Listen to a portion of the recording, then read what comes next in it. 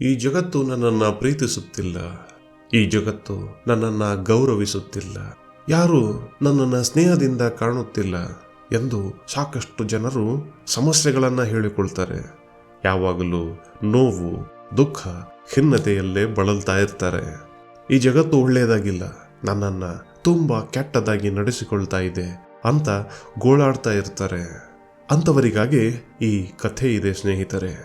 ನೀವು ಅಂತಹ ನೋವಿನಿಂದ ಬಳಲ್ತಾ ಇದ್ದರೆ, ಈ ಜಗತ್ತನ್ನು ಖಂಡಿಸುತ್ತಾ ಇದ್ದರೆ ಈ ಕಥೆಯನ್ನು ಪೂರ್ತಿಯಾಗಿ ಕೇಳಿ ಸ್ನೇಹಿತರೆ. ಈ ಕಥೆಯಲ್ಲಿ ಖಂಡಿತ ನಿಮಗೊಂದು ಪರಿಹಾರ ಸಿಕ್ಕೇ ಸಿಗುತ್ತೆ. ಸ್ನೇಹಿತರೆ, ಒಂದೂರಿನಲ್ಲಿ ಒಂದು ಬೆಟ್ಟವಿತ್ತು. ಅತ್ಯಂತ ಎತ್ತರವಾದ ಬೆಟ್ಟ ಅದು. ಒಬ್ಬ ವ್ಯಕ್ತಿ ದಿನವೂ ಆ ಬೆಟ್ಟವನ್ನೇರಿ ಅಲ್ಲಿ ಕುಳಿತುಕೊಂಡು ಅಲ್ಲಿಯ ಪ್ರಶಾಂತ ವಾತಾವರಣವನ್ನು ಆನಂದಿಸುತ್ತಿದ್ದ. ಒಂದು ದಿನ ಅವನು ಹೀಗೆ ಮನೆಯಿಂದ ಬೆಟ್ಟವನ್ನೇರಲು ಹೊರಡುತ್ತಿದ್ದ. ಆಗ ಅವನ ಪುಟ್ಟ ಮಗ ನಾನು ಬರುತ್ತೇನೆ ಎಂದು ಹಠ ಮಾಡಿದ. ತಂದೆ ಎಷ್ಟೋ ಹೇಳಿದರು, ಮಗು, ಅದು ಅತ್ಯಂತ ಎತ್ತರವಾದ ಬೆಟ್ಟ, ಅಲ್ಲಿ ಕಣಿವೆಗಳಿವೆ, ಕಂದರಗಳಿವೆ, ಹೀಗಾಗಿ ನೀನು ಬರಬೇಡ ಅಂತ ಹೇಳ್ತಾರೆ. ಆದರೆ ಮಗು ಕೇಳೋದಿಲ್ಲ. ಇಲ್ಲ, ನಾನು ಬರಲೇಬೇಕು, ನಾನು ಬರ್ತೀನಿ ಅಂತ ಹಠ ಮಾಡುತ್ತೆ. ಕೊನೆಗೆ ತಂದೆ ಮಗುವನ್ನು ತನ್ನ ಜೊತೆ ಕರೆದೊಯ್ಯುತ್ತಾನೆ. ಮಗುವಿನ ಕೈಯನ್ನು ಗಟ್ಟಿಯಾಗಿ ಭದ್ರವಾಗಿ ಹಿಡಿದುಕೊಂಡು ಬೆಟ್ಟವನ್ನೇರಲು ಆರಂಭಿಸುತ್ತಾನೆ. ಆಳವಾದ ಕಂದರಗಳಿದ್ದವು ಸ್ನೇಹಿತರೆ.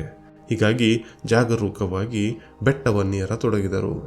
ಹೀಗೆ ಒಂದು ಹಂತಕ್ಕೆ ಬೆಟ್ಟವನ್ನೇರಿದಾಗ ಮಗು ಒಂದು ಕಡೆ ಎಡವಿ ಕಾಲಿಗೆ ಪೆಟ್ಟು ಮಾಡಿಕೊಳ್ಳುತ್ತೆ.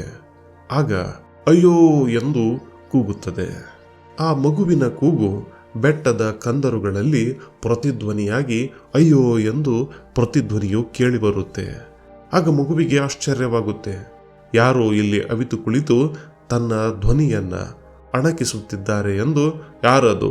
ನನ್ನಂತೆ ಯಾಕೆ ಮಾಡುತ್ತಿ ಎಂದು ಕೂಗುತ್ತೆ.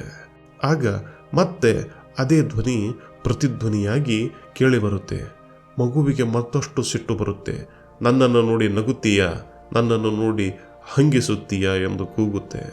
ಆಗ ಮತ್ತೆ ಅದೇ ಪ್ರತಿಧ್ವನಿ ಮತ್ತೆ ಕೇಳಿಬರುತ್ತೆ. ಮಗು ಇನ್ನಷ್ಟು ಕೋಪದಿಂದ, ಮತ್ತಷ್ಟು ಸಿಟ್ಟಿನಿಂದ ಆ ಕಂದಕಕ್ಕೆ ಒಂದು ಕಲ್ಲನ್ನು ಎಸೆಯುತ್ತಾ ಮತ್ತೊಮ್ಮೆ ಕೂಗುತ್ತೆ. ಆಗ ಮತ್ತದೇ ಧ್ವನಿ ಮತ್ತೆ ಪ್ರತಿಧ್ವನಿಯಾಗಿ ಮಗುವಿಗೆ ಕೇಳಿಬರುತ್ತೆ. ಮಗು ದುಃಖದಿಂದ ರೋಧಿಸುತ್ತೆ. ತಂದೆಗೆ ಹೇಳುತ್ತೆ, ತಂದೆ, ಇಲ್ಲಿ ಯಾರೋ ಅವಿತು ಕುಳಿತು ನನ್ನ ಧ್ವನಿಯನ್ನು ಅಣಕಿಸುತ್ತಿದ್ದಾರೆ, ನನ್ನ ಈ ಕಷ್ಟವನ್ನು, ನನ್ನ ಈ ನೋವನ್ನು ನೋಡಿ ನಗುತ್ತಿದ್ದಾರೆ ಎಂದು ತಂದೆಗೆ ಹೇಳಿಕೊಳ್ಳುತ್ತೆ. ಆಗ ತಂದೆ ಸಮಾಧಾನ ಮಾಡಿ ಹೇಳ್ತಾರೆ, ಇಲ್ಲ ಮಗು, ಹಾಗಿಲ್ಲ ಅಂತ. ಆ ಮಗು ಹೇಳುತ್ತೆ, ಇಲ್ಲ, ನಾನು ಅತ್ತರೆ ಅಳ್ತಾ ಇದ್ದೆ, ನಾನು ಬೈದರೆ ಮತ್ತೆ ಬೈತಾ ಇದ್ದೆ ಅಂತ ಮಗು ಹೇಳುತ್ತೆ. ಆಗ ತಂದೆ ಜೋರಾಗಿ ಕೂಗಿ ಹೇಳುತ್ತಾರೆ, ನಾನು ನಿನ್ನನ್ನು ಅಣಕಿಸುತ್ತಿಲ್ಲ ಎಂದು.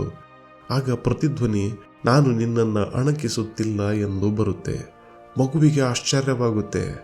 ಆಗ ಹೇಳ್ತಾರೆ, ಮಗು, ನಾನು ನಿನ್ನನ್ನು ತುಂಬ ಪ್ರೀತಿಸುತ್ತೇನೆ ಎಂದು. ಆಗ ಬೆಟ್ಟದ ಆಳದ ಕಂದಕದಿಂದ ಮಗು, ನಿನ್ನನ್ನು ನಾನು ತುಂಬ ಪ್ರೀತಿಸುತ್ತೇನೆ ಎಂದು ಪ್ರತಿಧ್ವನಿ ಕೇಳಿಬರುತ್ತೆ. ಗಟ್ಟಿಯಾಗಿ ಮಗುವಿನ ಹೆಸರನ್ನು ತಂದೆ ಕೂಗುತ್ತಾನೆ. ಪ್ರತಿಧ್ವನಿ ಕೇಳಿಬರುತ್ತೆ. ಮಗು ಗಟ್ಟಿಯಾಗಿ ನಗುತ್ತದೆ. ಆಗಲೂ ನಗುವಿನ ಪ್ರತಿಧ್ವನಿ ಕೇಳಿಬರುತ್ತೆ.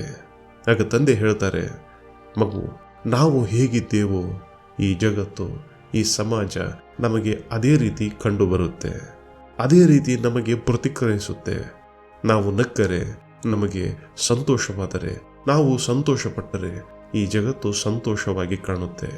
ನಾವು ದುಃಖಪಟ್ಟರೆ, ನಾವು ನೋವು ಅನುಭವಿಸಿದರೆ ಈ ಜಗತ್ತಿನಲ್ಲಿ ನೋವೇ ನೋವು ಕಂಡುಬರುತ್ತೆ. ಅದಕ್ಕೆ ದೃಷ್ಟಿ ಇದ್ದಂತೆ ಸೃಷ್ಟಿ ಅಂತ ಹೇಳೋದು. ಸ್ನೇಹಿತರೆ, ನೀವು ದುಃಖದಲ್ಲಿದ್ದರೆ, ಹತಾಶರಾಗಿದ್ದರೆ, ಬೇಗುದಿಯಲ್ಲಿ ಬೇಯುತ್ತಿದ್ದರೆ ಈ ವಿಚಾರವನ್ನು ಒಮ್ಮೆ ಯೋಚಿಸಿ ನೋಡಿ. ನೀವು ಇದ್ದಂತೆ ಈ ಸಮಾಜವಿರುತ್ತೆ ಅನ್ನುವುದನ್ನು ಯಾವತ್ತೂ ಮರೆಯಬೇಡಿ. ಈ ಕಥೆ ನಿಮಗೆ ಇಷ್ಟವಾಗಿದ್ದರೆ ಒಂದು ಲೈಕ್ ಕೊಡಿ. ಹಾಗೆ ನಿಮ್ಮ ಅನಿಸಿಕೆಗಳನ್ನು ತಿಳಿಸಿ. ನಿಮ್ಮ ಸ್ನೇಹಿತರಿಗೆ ಈ ವಿಡಿಯೋವನ್ನು ಶೇರ್ ಮಾಡಿ ಮತ್ತು ನಮ್ಮ ಚಾನಲನ್ನು ಸಬ್ಸ್ಕ್ರೈಬ್ ಮಾಡಿಕೊಳ್ಳಿ. ಧನ್ಯವಾದಗಳು.